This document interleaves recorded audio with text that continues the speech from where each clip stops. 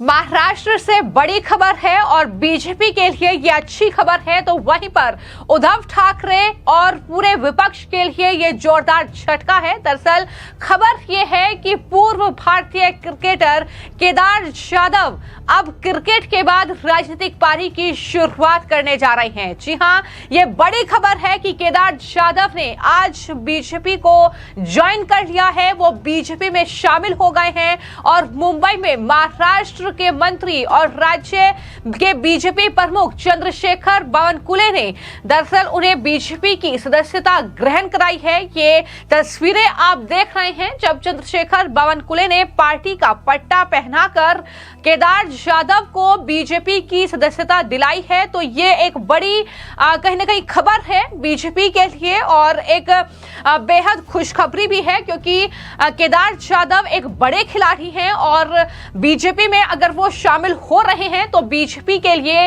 ये अच्छी खबर है, लेकिन वहीं पर विपक्षी दलों के लिए ये जोरदार झटके से कम नहीं है।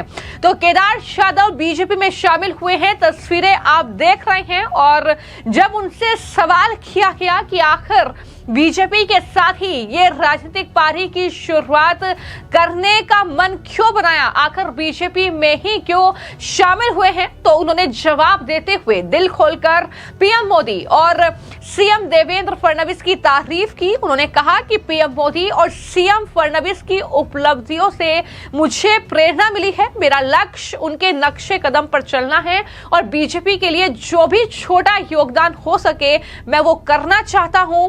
जो भी जिम्मेदारी मिलेगी मैं उसे पूरी ईमानदारी से निभाने की कोशिश करूंगा। किस तरीके से केदार जाधव ने दिल खोलकर पीएम मोदी और फडणवीस की तारीफ करते हुए बीजेपी में शामिल होने पर क्या कुछ कहा है, जरा सुनिए। सर, आज टीम इंडिया ने केदार जाधव को चुना है। केदार जाधव को हमने आईपीएल टीम चुनते हुए देखा है, लेकिन आज केदार जाधव ने भाजपा क्यों चुनी है?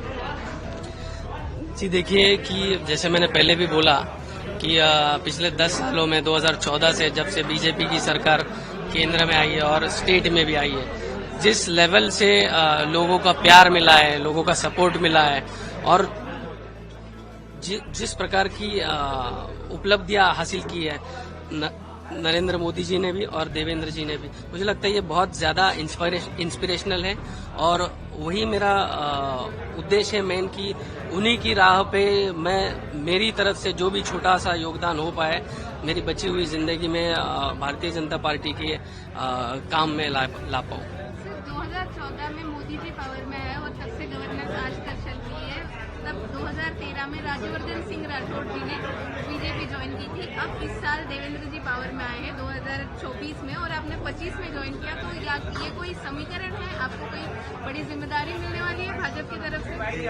जी, जिम्मेदारी जो भी मिले मुझे पूरा विश्वास है कि जो भी मेरा काम रहेगा, जो भी मेरी जो जिम्मेदारी मिलेगी वो पूरी ऑनेस्टली करने की कोशिश करूंगा। और देखिए, मैं हमेशा मानता हूँ कि पहले काम दिखाना पड़ेगा, मैं क्या कर सकता हूँ, क्या चेंज ला सकता हूँ, यूथ में, पूरे स्टेट के यंग जनरेशन में। तो मुझे लगता है उसके बाद ही मैं कुछ मांग पाऊंगा, बट मुझे लगता है मांगने की जरूरत नहीं है। जैसे बावनकुले सर ने भी बताया कि पार्टी जो है वो हर एक कार्यकर्ता को अपने काम के हिसाब से उसका जो भी ताकत देती है और ये सबसे खास बात है इस पार्टी की। मुझे लगता है यही खास बात है। तो आपने केदार जाधव को सुना, जो जाहिर तौर पर बीजेपी में शामिल होने पर काफी ज्यादा खुश हैं, लेकिन वहीं पर महाराष्ट्र बीजेपी के जो प्रदेश अध्यक्ष हैं चंद्रशेखर बावनकुले, जब उनसे मीडिया ने सवाल किया कि आखिर कौन सी बड़ी जिम्मेदारी केदार जाधव को मिलने वाली है, तो इस पर चंद्रशेखर बावनकुले ने कहा कि बिल्कुल जिम्मेदारी मिलेगी और बीजेपी का ये ट्रैक रिकॉर्ड रहा है कि बीजेपी ने अपनी छोटे से छोटे कार्यकर्ता को भी एक बड़ी जिम्मेदारी दी है और बीजेपी ने कभी किसी के साथ भेदभाव नहीं किया है और किस तरीके से एक छोटे से कार्यकर्ता को भी प्रदेश का मुख्यमंत्री या मंत्री बनने का मौका मिला है। तो क्या कुछ उन्होंने कहा केदार जाधव के बीजेपी में शामिल होने पर, जरा सुनिए।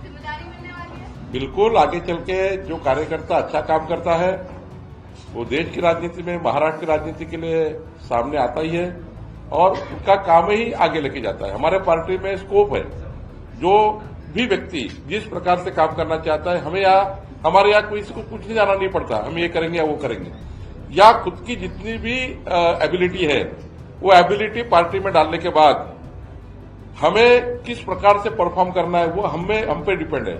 जो जैसा परफॉर्म करता है उसको वैसा प्लेटफॉर्म बीजेपी देती है और बीजेपी जो कार्यक्षम है, जो प्लेटफॉर्म देता है, जो कार्यक्षम है, जो खुद को आगे लेके जाना चाहता है, समाज को आगे लेके जाना चाहता है, उसके लिए उनके पीछे पार्टी खड़ी रहेंगी।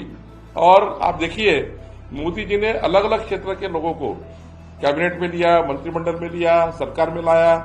महाराष्ट्र में देवेंद्र जी ने भी कई लोगों को, कार्यकर्ताओं को बड़ा करने का काम किया और भारतीय जनता पार्टी विकास के लिए आगे जाना चाहती है।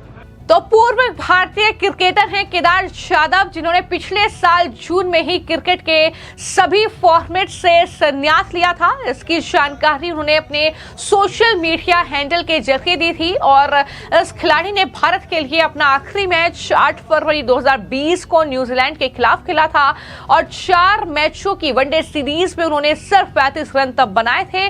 लेकिन एक बड़े प्लेयर के तौर पर उन्हें जाना जाता है। केदार जाधव ने 2014 में अंतर्राष्ट्रीय क्रिकेट में डेब्यू किया था। हालांकि एक लंबी पारी नहीं रही, लेकिन जितना भी वो भारत के लिए खेले तो उनका एक ट्रैक रिकॉर्ड रहा है भारत के लिए एक अच्छे क्रिकेटर के तौर पर। और वहीं पर जब आज आईपीएल चल रहा है तो आईपीएल में वो चेन्नई सुपर किंग्स और सनराइजर्स हैदराबाद के लिए केदार जाधव खेले हैं और इस तरीके से आईपीएल के बीच उनका महाराष्ट्र की राजनीति में एंट्री करना आखिर उद्धव ठाकरे, शरद पवार और कांग्रेस के लिए कितनी मुश्किलें बढ़ाएगा और बीजेपी को महाराष्ट्र में कितना फायदा दिलाएगा। क्योंकि केदार जाधव जो कि महाराष्ट्र से आते हैं, पुणे से अपनी सियासी पारी की शुरुआत करने जा रहे हैं और बीजेपी में शामिल हो गए हैं। तो ऐसे में देखना होगा कि जो क्रिकेट की पारी थी वो जाहिर तौर पर ज्यादा लंबी नहीं रही, लेकिन ये सियासी पारी कितनी महत्वपूर्ण रहती है,